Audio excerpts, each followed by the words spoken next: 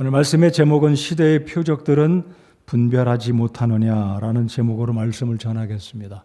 이 말세에 대한 표적은 사실 마태복음 24장, 25장을 통해서 여러 번 저희들이 말씀을 전했고 말씀을 들었고 알고 있습니다. 오늘은 자연적인 이 표적 이런 부분보다는 사회적이고 종교적이고 경제적인 이 모습을 통해서 예수님이 오실 때가 임박했다는 우리의 마음속의 경성을 다시 한번 우리의 마음을 추스리는 시간이 되기를 바랍니다. 오늘 이 시대는 참으로 과거의 시대에 살고 있다고 생각합니다. 그래서 일기예보를 보더라도 대부분 일기예보가 정확합니다. 가끔가다 틀릴 때도 있지만 대부분의 일기예보는 정확하게 우리에게 일기예보를 통해서 준비시켜주는 이점이 있다고 생각합니다. 2000년 전, 지금서부터 2000년 전에도 우리 예수님이 일기에 대한 언급을 하신 모습을 우리가 방금 읽은 이 마태복음 16장에 있는 말씀을 통해서 살펴보았습니다. 우리 예수님께서 말씀하시기를 하늘의 모습은 분별하거니와 시대의 표적들은 분별하지 못하느냐. 그러니까 자연적인 현상을 통해서 비가 올지 날이 흐릴지 밝을지 16장 2절에서 말씀을 하시면서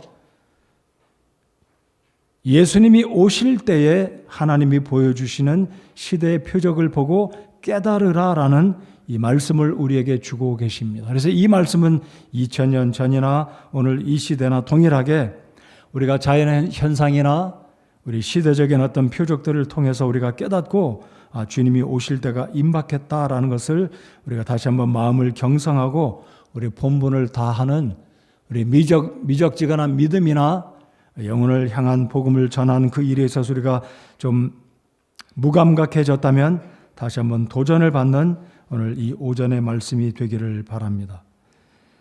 자, 이 예수님께서 이 말씀을 하실 때 이제 제자들이 주님께 여쭙는 모습이 이제 24장에서 24장으로 한번 넘어가서 보시면 이제 예수님께서 제자들에게 묻습니다. 24장 3절을 한번 보시면 그분께서 올리브산 위에 앉으셨을 때 제자들이 은밀히 그분께 나와 이르되 두 가지를 묻습니다. 어느 때 이런 일들이 있으리까? 둘째는 주님께서 오시는 때의 표적과 세상 끝의 표적이 무엇이리까?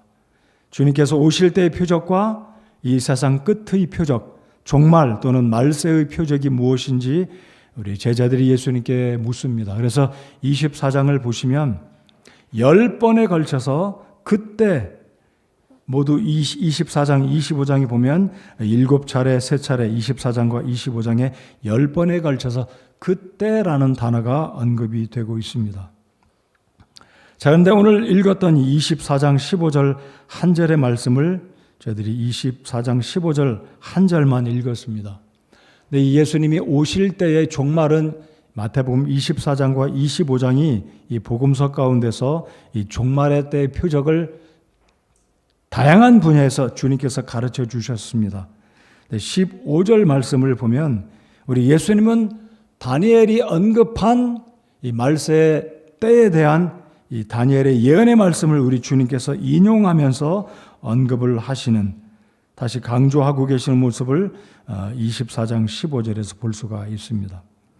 자, 다니엘서 12장을 열지는 않겠습니다. 근데 12장에 보시면 12장 1절에 보면 이 종말의 때, 즉 지구상에 임할 우리가 흥미와 관심을 갖고 있는 이 대환란은 누구를 위한 것인지 다니엘이 분명하게 언급하고 있다는 사실을 우리가 놓치지 말아야 하겠습니다.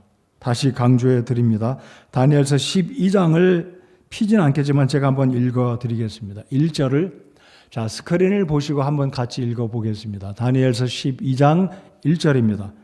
같이 읽을까요? 시작. 그때에 내 백성의 자손들을 위하여 일어서는 큰 통치자 미가엘이 일어날 것이요 또 고난의 때가 있으리니 그것은 민족이 있는 이래로 그때까지 결코 없었던 고난일 것이며 그때에 내 백성이 구출을 받되 책에서 발견된 바 기록된 모든 자가 구출을 받으리라. 1절의 말씀입니다.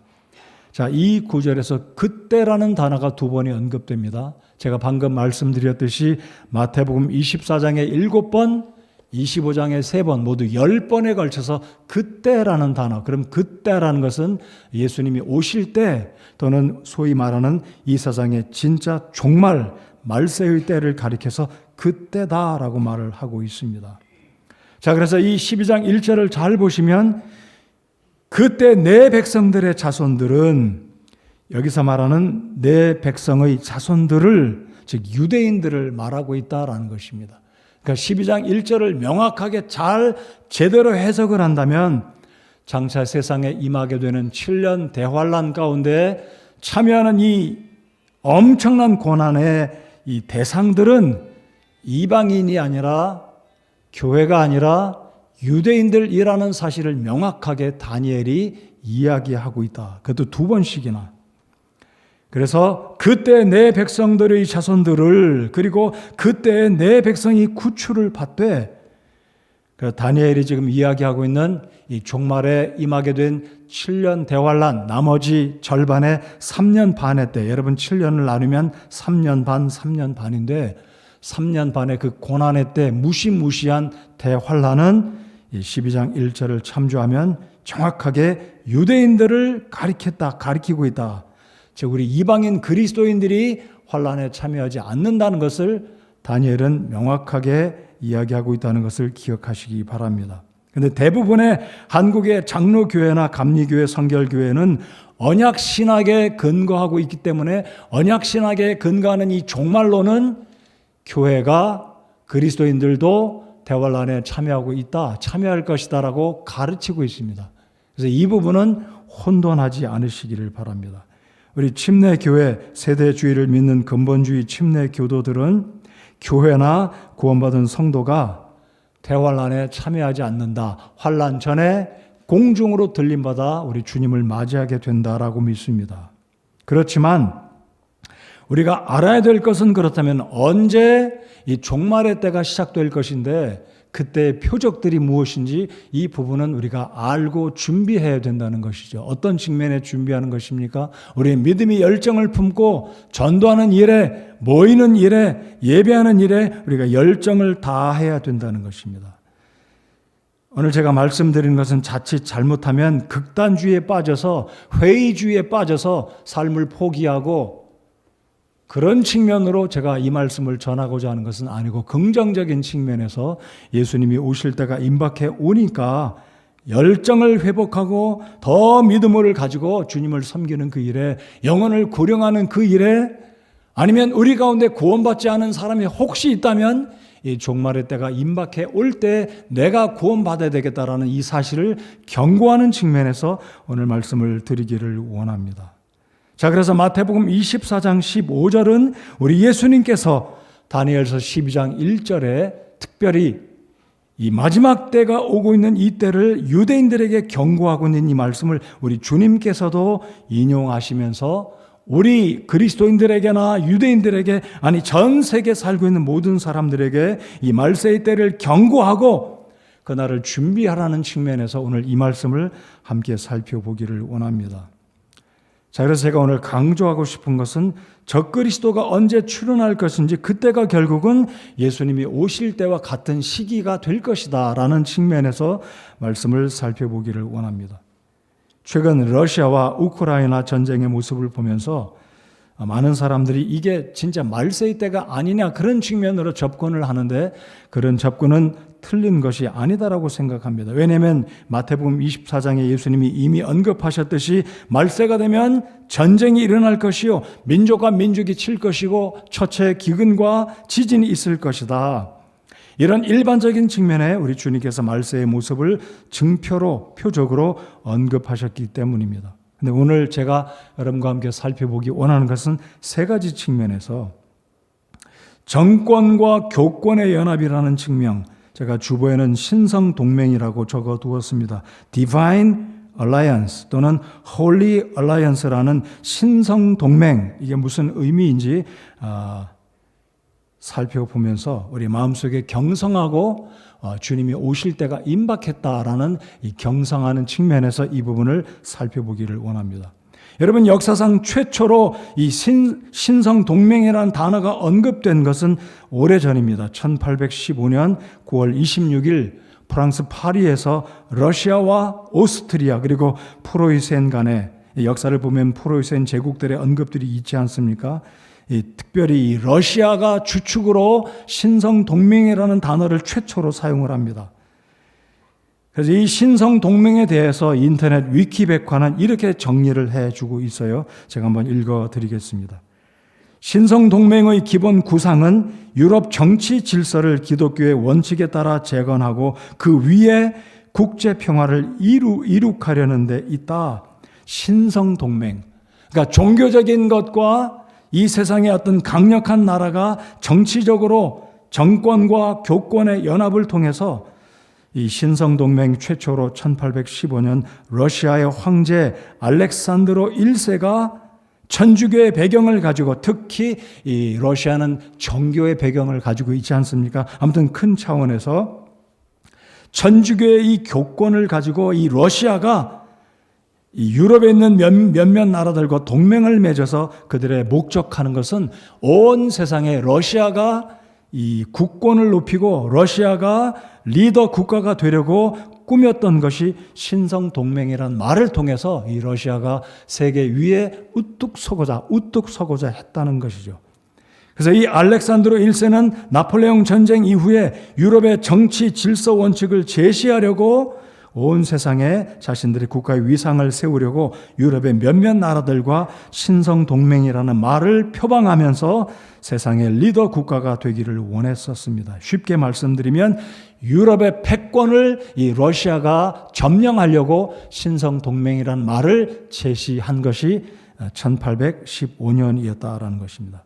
근데 이 동맹, 이런 주창하는 것은 결국 세계 1차 대전이 1914년 일어나면서 신성동맹은 그냥 유야무야 사라지는 듯 했었습니다. 근데 이 단어가 또다시 언급된 것은 1982년에 6월 7일 날 천주교 교황 요한 바오로 2세가 미국을 방문할 때 당시의 미국의 대통령은 레이건 대통령이었습니다. 근데 이들이 사용한 단어가 동일한 단어였습니다. 뉴욕 타임즈 기사에 머리끌로 신성동맹, The Holy Alliance라는 이 단어를 또다시 들고 나오게 됐다라는 것입니다. 이것이 그러니까 어떤 일반적인 단어가 아니라 천주교 교황은 미국을 방문하면서 또다시 과거에 있었던 신성동맹이라는 이 언급을 하면서 결국은 그들이 목표하는 것은 이 교권을 부각시켜서 정치적인 어떤 경제적인 힘을 통해 연합하면서 궁극적으로는 천주교의 교권을 온 세상에 드러내려는 이런 계획과 목적이 들어있다라고 저는 생각을 합니다. 자, 그래서 2022년 올해 러시아와 우크라이나 전쟁으로 인해서 갑자기 이제 석유값이 인상이 되면서 경제적인 어려움들이 온 세계에 곡물을 비롯해서 유가가 폭등하는 이 일이 발생을 하였습니다. 그런데 일각에서는 미국이 왜 가만히 있다가 지난 3월 31일 뒤늦게 비축해둔 미국의 석유를 100만 배럴을 하루에 풀겠다. 하루에 100만 배럴을 6개월 동안 온 세상에 석유를 방출해서 도와주겠다라고 이야기하는가? 그것은 결국 미국이 세계 경제를 주도적인 역할을 하겠다라는 그 배후의 미국의 전략이 아니냐. 그러면서 미국의 이와 같은 경제적인 어떤 석유 방출을 통한 이런 경제적인 이 전 세계 경제적인 이 리더 국가로 미국이 영향을 끼치려고 한 그 배후에는 여전히 천주교회가 여전히 미국의 정치적인 입김을 통해 천주교의 교권을 은근히 확보하려는 이러한 계획들이 속에 들어있다라는 것이 지금 기독교의 리더들이, 이 성경적인 신학자들이 그런 측면으로 해석을 한다라는 것이죠. 우리가 많이 들었던 뉴 월드 오더, 신세계 질서, 여전히 지금 미국의 바이든 대통령은 이 뉴 월드 오더를 계속 주창하고 있습니다. 그래서 미국의 이 실제적인 이 경제권을 쥐고 있는 이 사람들, 이런 부분들은 여전히 배후의 신세계 질서, 또 우리가 많이 들어본 원 월드, 온 세상을 결국은 하나로 만들려고 하는 이런 모임들, 이런 역량들이 여전히 미국을 중심으로 일어나고 있다라는 것입니다. 자, 계시록 13장의 말씀을 한번 15절부터 18절까지 제가 읽어보겠습니다. 여러분 스크린에 있는 13장 15절부터 18절까지. 또 그가 그 짐승의 형상에게 생명을 줄 권능을 소유하여 그 짐승의 형상이 말도 하게 하고 그 짐승의 형상에게 경배하려 하지 아니하는 자들은 다 죽이게 하더라. 그리고 마지막 절을 읽겠습니다.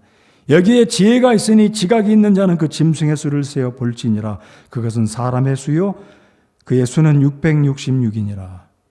결국 적그리스도가 등장하면 온 세상을 원월드로 자신이 원하는 대로 이끌어가면서 짐승의 표를 받지 아니하는 자는 매매할 수도 없고 거래할 수도 없고 금융이나 모든 세상의 경제적인 국가적인 민족 간에 그리고 개인적으로도 이 돈을 활용할 수 없는 그런 이 강력한 통치의 시스템으로 가게 되는 것을 요한계시록 13장은 언급하고 있다는 것입니다.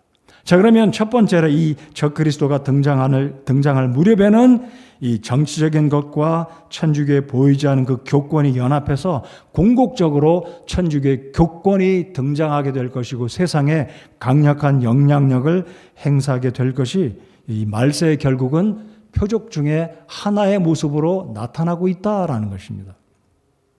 자, 그러니까 미국의 바이든 대통령이 전 세계의 경제적인 어떤 리더 역할을 하면서 그 배후에는 천주교의 교황의 영향력들이 천주교의 교황청의 영향력들이 눈에 보이지는 않지만 미국을 통해 미국의 정치와 경제를 통해서 배후에서 자신들의 계획, 즉 원 월드 시스템으로 가기 위한 일들을 이루어가고 있다라는 것을 우리는 볼 수 있어야 하겠습니다.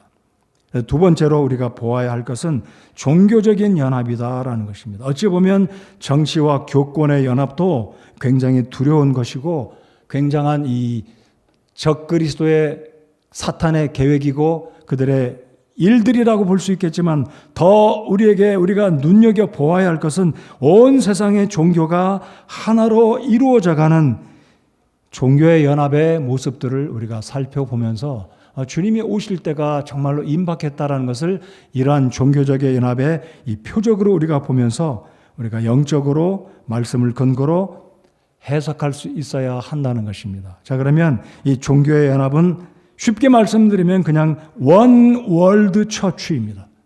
온 세상의 종교가 하나가 돼서 결국은 이 적그리스도의 세력들이 온 세상을 정치적으로 경제적으로 하나로 묶어갈 뿐만 아니라 한 걸음 더 나아가서 이제 종교까지도 하나의 종교로 만들려고 하는 시도가 지금 일어나고 있다는 것입니다.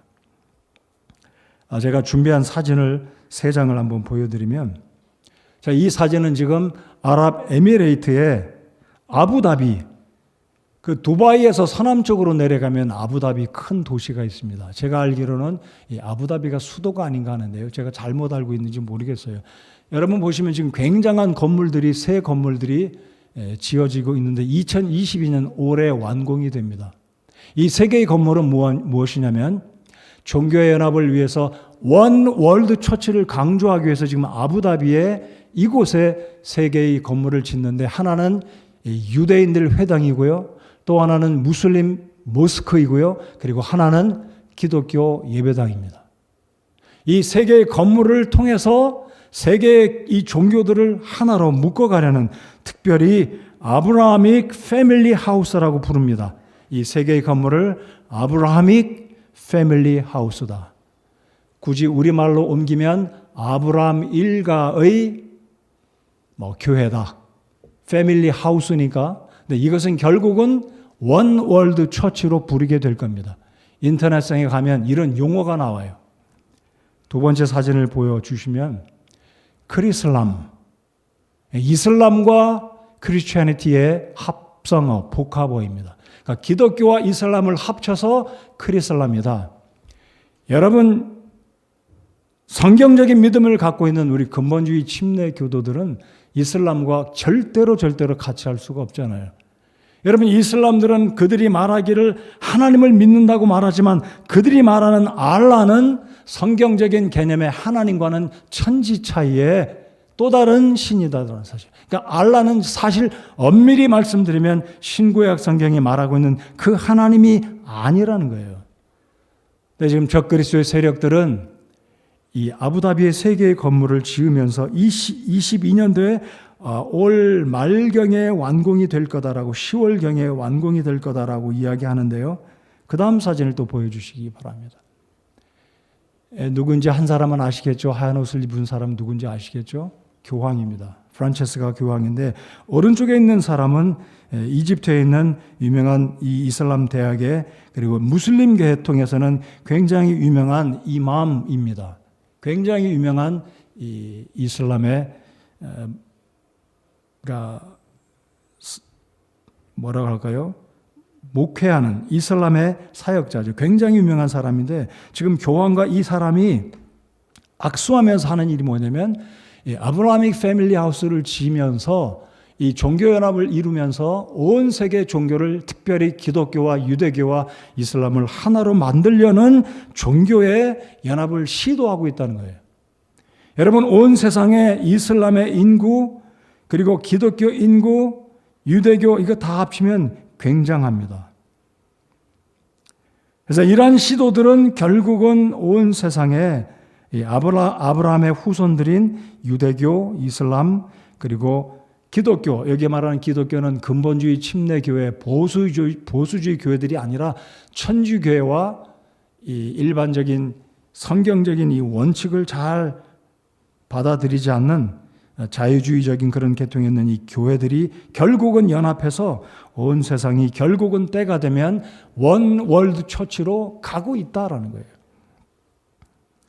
이게 우연의 일치가 아니라 바이든 대통령이 석유 방출 6개월을 하겠다는 그 6개월은 3월부터 시작하면 10월경까지 가는데 10월 말에 이 원 월드 처치가 오픈이 돼서 아부다비에서 기독교와 이슬람과 유대교가 결국은 물론 정통 유대교인들은 거기에 가는지 안 가는지 모르겠지만 궁극적으로는 이러한 시도들이 있기 때문에 사탄의 계략대로 세계의 종교가 하나로 묶어져서 갈 가능성이 상당히 많다는 거죠. 물론 우리는 죽었다 깨어나도 거기 조인하지는 않겠죠. 미국에 있는 보수주의 신학자들, 보수주의 교회 성도들 절대로 그런 일이 없겠지만 이런 구분을 갖지 못하는 혼합주의의 믿음을 가진 교회들, 목회자들, 신학자들이 결국은 이런 주창 가운데 자신들도 모르는 사이에 연합되어져 갈 것이다. 이것이 우리에게 보여주시는 하나님이 보여주시는 시대적인 예수님이 오시기에 임박한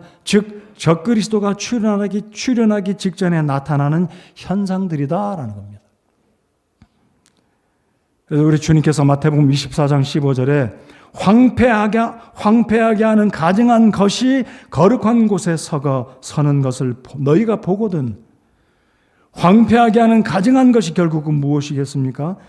바울 사도도 이야기했던 데살로니가 후서에 이야기하고 있는 결국 적그리스도가 하나님의 성전에 서서 자신을 하나님이다 일컬음을 사람들에게 여기고 하나님께 돌려야 될 영광을 결국은 적그리스도가 받게 되는, 제가 특별히 보여드린 세 번째 사진은 이 교황의 사진은 결국은 적그리스도로 등장할 가능성이 아주 높은 사람은 교황일 것이다라고 저는 생각을 합니다. 이 교황은 현재 266대 교황으로 1936년생이니까요. 올해 86세입니다. 근데 이 아브라하믹 패밀리 하우스를 비롯해서 지금 세계가 주창하고 있는, 유엔이 주창하고 있는 또 다른 운동들이 있는데 제가 잠시 후에 말씀을 드리겠는데요. 결국 황폐하게 하는 이 가증한 것이 서는 것을 보거든 이 의미의 말씀, 다니엘서 우리가 읽었던 그 12장에 있는 말씀, 그리고 24장, 마태복음 24장 15절에 우리 주님께서 알려주시는 황폐하게 하는 가증한 것이 거룩한 곳에 선 것을 너희가 보거든. 이 문자적인 의미는 유대인들에게 주님이 하고 계신 말씀입니다. 유대인들에게, 제자들에게 황폐하게 하는 가증한 것이 거룩한 곳에 선 것을 너희가 보거든. 여기서 말하는 1차적인 너희는 유대인들이고 그 당시에 예수님의 제자들이라는 것이죠. 자, 아무튼 오늘 이 시대에 우리가 정치적인 모습, 경제적인 모습, 종교적인 이러한 모습들을 우리가 보면서 적그리스도가 등장할 때가 정말로 임박해 가고 있다는 것을 우리가 눈여겨보고 경성해야 된다는 사실입니다. 세 번째로 제가 말씀드리기 원하는 우리 주님께서 이 시대, 21세기 이 시대에 우리에게 보여주시는 또 다른 모습은 4차 혁명과 The Great Reset이라는 이 세계가 지금 운동하는 유엔을 기점으로 195개국이 The Great Reset과 함께 운동을 펼쳐나가고 있는데 이 운동을 다른 말로 하면 SDG라고 부릅니다. 4차 혁명과 종교적인 어떤 The Great Reset이라는, 여기 보시면 UN 마크가 맨 위에 있죠. SDG, Sustainable Development Goals. 이것을 우리말로 옮기면, 그러니까 지속발전 가능 목표 17개가 있습니다. 17개를 UN이 내걸고 전 세계 2015년에 시작이 됐는데 195개국이 UN에 조인을 해서 17개 분야의 운동을 펼쳐나가자. 그 다음 사진을 한번 보여주시기 바랍니다. 글자가 작아서 잘 안 보이시겠지만요. 쉽게 말씀드리면 최근에 탄소 저감 운동을 전 세계가 벌이고 있어요. 이제는 석유화학 줄이고 환경 오염을 방지하기 위해서 탄소 저감 운동하자. 그것도 여기 17 가운데 포함이 됩니다. 인권의 평등, 잘 사는 나라, 충분한 물 공급, 이 17가지의 기치 가운데 195개 국가가 동조해가지고 SDG 운동을 하는데, 결국 이 SDG 운동 또는 The Great Reset이라는 것은요, 세계 경제 포럼이라고 부르는 WEF, 클라우드 슈밥이라는 이 학자가 주창하면서 SDG가 본격적으로 세계적으로 유엔을 중심으로 이루어져 가고 있는데, 결국 이 운동의 배후는 역시 똑같습니다. 이 운동의 중심의 주제는 원 월드예요. 뉴 월드 오더, 신세계 질서, 하나의 세계로 만들고자, 표방은 잘 사는 나라들, 좋은 환경, 건강한 나라, 민족, 개개인, 복지, 의료, 경제적인 성장, 이 17개를 이야기하고 있지만 결국 이 배후에 누가 있느냐면요, 록펠러 재단, 그리고 우리가 잘 아는 미국의 부자 누구인가요? 빌 게이츠 재단, 영국의 로스차일드, 굉장한 부자들이 오래전부터 단일 세계 정부를 위해서 이들이 치밀하게 준비해 왔는데, 그것이 결국은 정치계, 경제계 유력한 인물들과 조인이 되면서 전 세계를 이렇게 이끌어가고 있다는 이 사실은 우리가 그냥 평범하게 더 살기 좋은 나라들로 가는구나. 환경을 좋게 만들고 복지, 인권, 경제, 정치적인 안정, 이런 17가지가 좋은 것이다. 물론 좋은 것이죠, 표면적으로는. 근데 배후에는 이게 치밀한 적그리스도의 세력들이 배후에서 컨트롤을 하고 있다는 거예요. 굉장히 무섭다는 거죠. 그러니까 원 월드, 그러니까 적그리스도가 온 세상을 자신의 손아귀에 넣기 위해서 원 월드 시스템으로 단일 정부 세계로 이루어가기 위해서 이런 운동들을 지금 하고 있다는 것입니다. 그래서 우리가 이런 모습들을 볼 때 우리는 정신 차리고, 그래서 이 SDG가 운동하는 이 2015년부터 이 운동의 목표가 언제까지 마무리 지냐면 2030년입니다. 자, 오해하지 않고 들으시기 바랍니다. 2030년이 되면 적그리스도가 100% 출현한다라고 말씀드리는 건 아닙니다. 그러나 충분히 그런 가능성이 있다라고 저는 생각하는 거죠. 자, 2015년에 시작된 이 SDG 운동은 결국 원 월드로 만들어가는 이들 배후에 이들이 목표하는 것은 2030년까지가 데드라인입니다. 그럼 그때가 되면 결국은 배후에 있는 이 세력들의 가장 중심적인 역할을 하는 그 사람이 등장할 텐데, 그 사람이 저는 적그리스도로 등장할 것이다라고 저는 생각한다는 거죠. 그때가 2030년인데 2030년이 되면 꼭 적그리스도가 온 세상에 반드시 출현한다가 아니고 가능성이 상당히 높다라는 것입니다. 그렇기 때문에 우리가 정신을 차리고 예수님이 오실 때가 정말 임박했구나. 우리가 정신 놓고 살 게 아니라 이 세상의 풍조에 따라가면서 살 것이 아니라 모에게 힘쓰고 영혼들을 구령하는 그 일에 정말 우리가 정신을 차려야 되겠다라는 사실입니다. 우리 주님이 말씀하시지 않습니까? 하늘의 모습은 분별하거니와 시대의 표적들은 분별하지 못하느냐. 이 모습들이 주님께서 보여주시는 표적이다라고 저는 믿습니다. 이전에는 기근과 지진과 물론 24장에 마태복음 24장에 보시면은 이런 코로나 역병, 코로나 전염병 또한 주님께서 마태복음 24장에 언급하셨습니다. 말세가 되면 처처의 기근과 전쟁과 이런 것도 있지만 전염병이 나올 것이다. 주님이 24장에 언급하셨다는 사실. 자, 그래서 오늘은 제가 자연적인 이 말세의 모습, 지진이나 전쟁 이런 것보다는 정치적인 변화들, 경제적인 변화들, 종교적인 변화를 볼 때 우리가 정신을 차려야 되겠다. 2030년이 적그리스도가 단연히 출현한다 확정적으로 제가 말씀드리는 게 아닙니다. 그러나 우리가 정신을 차려야 되겠다. 세상의 모습을 보면 진짜로 적그리스도는 지금 이러한 흉악한 일을 꾸리고 있는데 우리가 정신을 놓고 있다면 내가 구원받았는가? 우리의 가족이 구원받았는가? 내 이웃이 구원받았는가? 이 말세가 점점 다가오겠는데 이런 부분에 우리가 경성하고 이 모습을 보면서 정신을 차리고 깨어 있어야 한다는 것이 오늘 말씀의 핵심 포인트가 됩니다. 자, 마태복음 우리가 24장을 보았는데 이제는 한 구절 로마서 13장 말씀을 보면서 오늘 말씀을 끝맺고자 합니다. 로마서 13장을 열어보시기 바랍니다.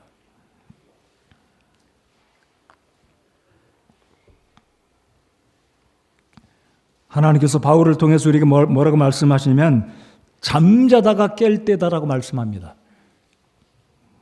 자, 로마서 13장 11절로 14절 함께 읽겠습니다. 시작. 또 때를 알거니와 지금이 우리가 잠에서 깨야 할 바로 그때이니 이는 지금 우리의 구원이 우리가 믿었을 때보다 더 가까이 있기 때문이라. 밤이 많이 지나고 낮이 가까웠으니 그러므로 우리가 어둠의 행위를 벗어버리고 빛의 갑옷을 입자.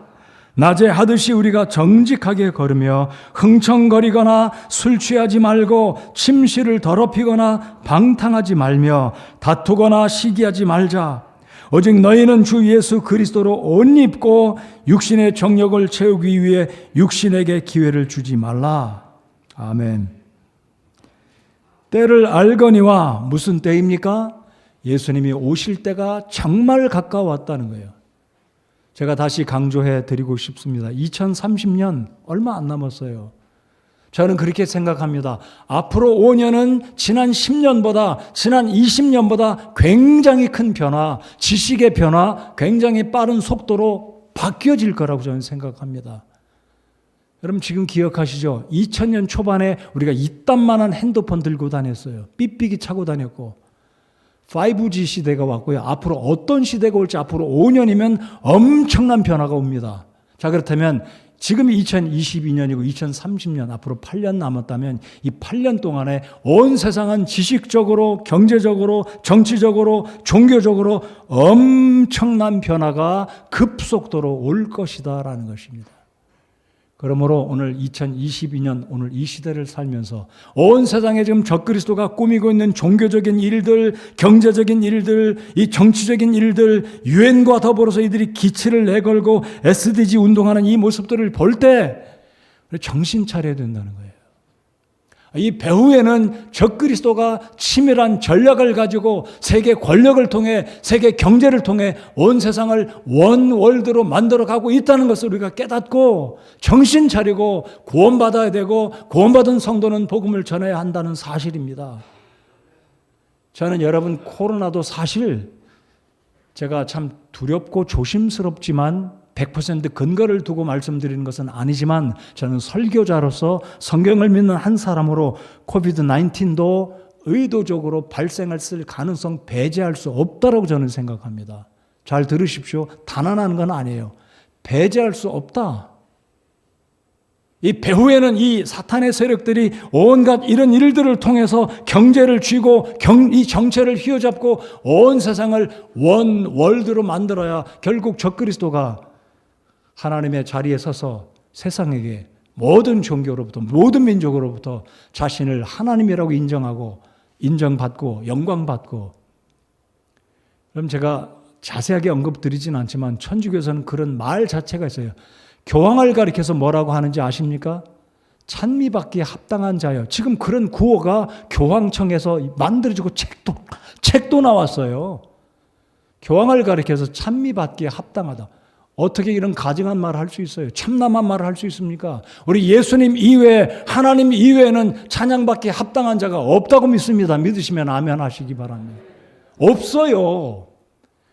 하나 지금 천주교의 교황청에서는 교황을 가리켜서 찬미받기에 합당하다, 라우다 데시라고 이야기합니다. 어떻게 그런 이야기를 할 수 있냐 이거죠. 속지 말아야 됩니다. 오늘 이 시대에 우리가 그런 모습들을 보면서 정신 차려야 돼요. 오늘 말씀에 주님께서 말씀하지 않습니까? 또 때를 알거니와 지금이 우리가 잠에서 깨어나야 할 바로 그때이니 이는 지금 우리의 구원이 우리가 믿었을 때보다 더 가까이 있기 때문이라. 우리의 구원이 우리가 믿었을 때보다 더 가까이 있다는 무슨 말입니까? 예수님이 직접 오셔서 궁극적으로 우리의 몸까지도 구원해 주신다는 거예요. 세상의 어떤 고통으로부터, 질병으로부터, 세상의 환난으로부터 궁극적으로 우리를 완전하게 구원을 이루어 주실 때가 가까이 왔다라는 겁니다. 그래서 주님 말씀하십니다. 흥청망청하지 말라. 흥청거리거나 술 취하지 말고 침실을 더럽히거나 방탕하지 말며 다투거나 시기하지 말라. 오직 너희는 주 예수 그리스도를 옷 입고 육신의 정욕을 채우기 위해 육신에게 기회를 주지 말라. 주님 오실 때가 정말 가까이 오고 있습니다. 여러분 믿으십니까? 우리가 받은 구원에 감사하고 우리를 구원하신 그 하나님을 감사하며 헌신하고 복음 전하기에 힘쓰고 처음 믿었던 그 주님을 향한 사랑을 돌아보고 다시 열정을 회복하는, 오늘 조경선 집사님께서 기도하실 때 언급하셨듯이 집에서 편하게 인터넷 드리는 거 이제는 끝냅시다. 이제 졸업하면 좋겠어요. 이제 집에서 예배 드리지 마시고 예배당으로 오십시오. 오늘 집에서 저를 혹시 제 얼굴 보고 설교 듣고 예배 드리시는 성도님, 이제는 집에서 예배하지 마시고 오십시오. 오셔야 됩니다. 자다가 깰 때입니다. 적그리스도인이 이렇게 치밀하게 일하고 있는데 우리 하나님의 백성들 흥청대면서 오늘 이 로마서 13장 말씀처럼 영적으로 우리가 좋을 수 있겠습니까? 이 세대가 지나기 전에 우리 주님께서 언급하셨던 이 예언들이 이루어질 가능성이 있다는 겁니다. 그래서 오늘 말씀의 결론은 정신 차리고 구원받은 거 감사하고 구원받지 않으신 분들 빨리 구원받으십시오. 기회가 있기 전에, 기회가 지나기 전에 구원받으신 여러분들, 여러분의 가족, 친척들에게 복음을 전하시기 바랍니다. 그래서 구령하는 일에 열심을 내어주시고 예배하는 일에 열심 내어주시고 우리 하나님께 온 마음을 다해서 하나님의 백성답게, 그리스도의 제자들답게, 십자가의 용사들답게 믿음으로 살아가는 우리가 되어야 한다는 것입니다. 정신을 차리십시다. 세상이 종말의 때가 정말로 다가오고 적그리스도가 출현할 때가 정말 가까이 다가오고 있다는 사실입니다. 여러분 예수님 맞이할 준비가 되어 있으신가요? 구원받으신 분들, 성도 여러분들 복음 전하기에 힘쓰고 예배하기에 힘쓰는 여러분들 되시기 바라며, 혹여라도 아직도 예수님을 나의 주님으로 영접하지 않은 분이 이 자리에 계시다면 더 늦어지기 전에, 구원의 문이 닫혀지기 전에 문 두드리고 후회하지 말고 문이 열렸을 때 주님을 여러분의 마음속에 구주로 영접하고 구원받으시는 마지막 기회를 붙드시는 여러분들 되시기 바랍니다. 기도하겠습니다.